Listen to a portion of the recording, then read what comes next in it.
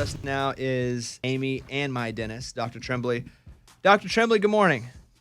Good morning, Bobby. Hey, we're glad you're here. We have a lot of questions just in general about dentistry that don't involve how many times a day do you have to brush your teeth, right? These are like Okay. So, and if you feel uncomfortable answering any of these, like say, hey, I'd rather not. Pass. Yeah, because we were talking about you specifically, and you're just a fantastic dentist. And if you guys want to see what Dr. Tremblay's all about, his website is smileonnashville.com. So you can go see what he's about. Great dentist, has done some emergency work on me, done work on Amy. So look, here we are. Let's say you put them under, which you've had to do with me. Not under, but you put me on the gas. And Correct. Has anyone ever confessed to a crime?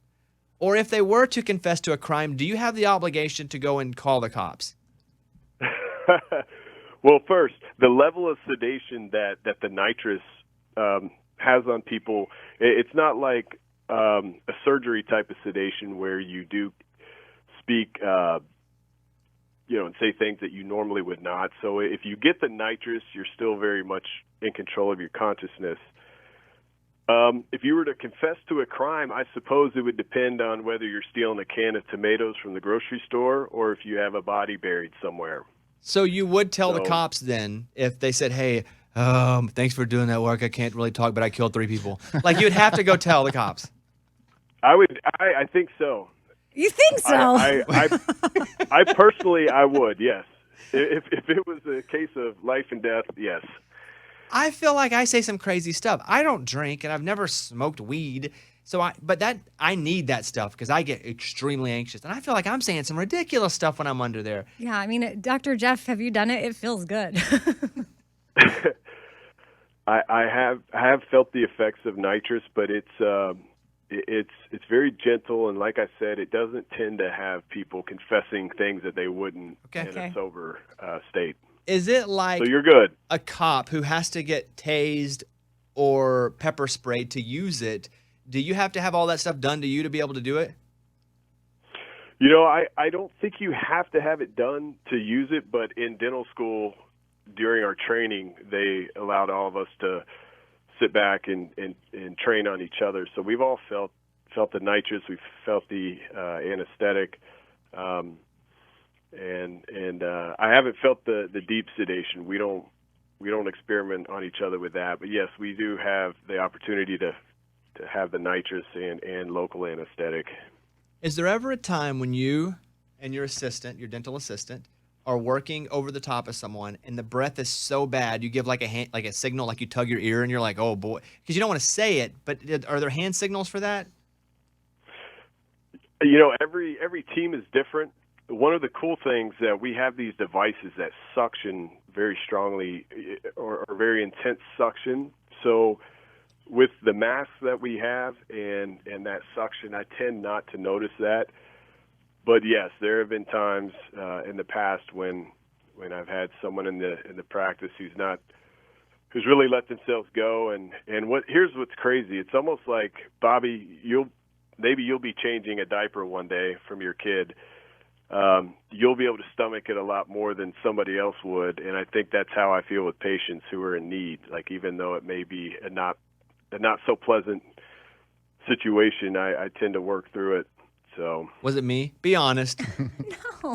No, you were fine. You've got good teeth. You've taken care of them. I'm thinking more of the patients who have really critical fungal infections in the mouth, abscesses. That tends to put out an odor, a fetid odor. Is that what we call it? So, but no, you guys are good. Your average Joe's pretty good. Have you ever been asked to pull dental records because of a criminal investigation on someone? I have not. You're talking about forensics, like if they find a body that's been decomposed for weeks and weeks and all they have are their dental records, so they go to the dentist to confirm that this is... I've never had it happen, no. But you could, like, because you have our dental records, if someone needed to identify us, you could do that? Absolutely. Okay. So I always see 9 out of 10 dentists recommend a certain brand of toothpaste. First of all, you ever been asked to take that poll? And second of all, what's up with that 10th dentist? What's he on? I've never been asked to take a poll. I don't know where they do these polls. And, there's always an outlier in any group. There's always one dentist who's not going to conform. So I also think the way that they survey for these polls is probably a little bit fishy because, like I said, I've never seen one. Are there rivalries between dentists? Like, is there a dentist down the street that you're like, that guy's a jerk, or, that girl, she doesn't really do this kind of filling right? Are there those kind of rivalries? Absolutely. Nice. Big time rivalry. Y'all like meet in an alley? Yeah, who do you hate? Well, there's only one guy in Nashville to steer clear of. Oh. Okay. And that is? One guy you got to steer clear of. And I assume you're not going to say who that is. I'm taking it to the grave with me. I just letting everybody know there's one guy you got to steer clear of. But why is that? Yeah, like what does he do? Like, does he do something shady, or like, can you not trust the teeth? Is he taking advantage of people? What's the deal? The dental community is fantastic in Nashville, especially.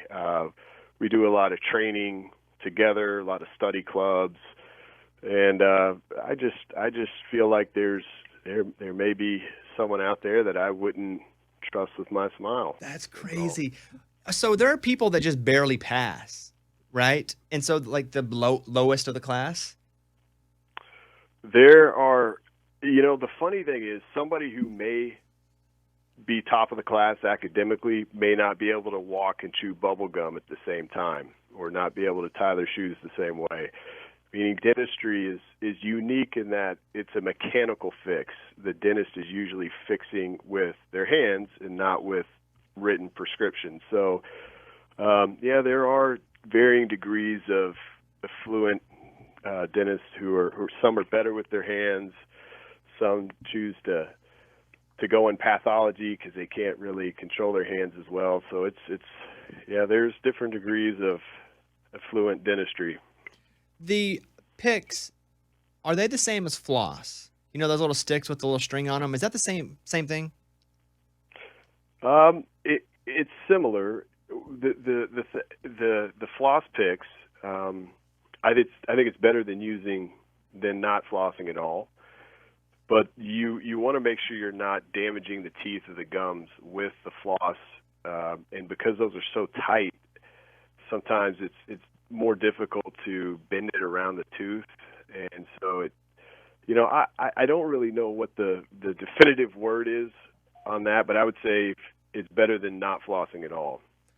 What about orange juice? Is it bad for your teeth, or are there drinks that you as a dentist would go, hey, if you can steer clear from these for the most part, steer away? Yes. The acidic and sugary drinks. So anything that's colorful and tastes good is acidic.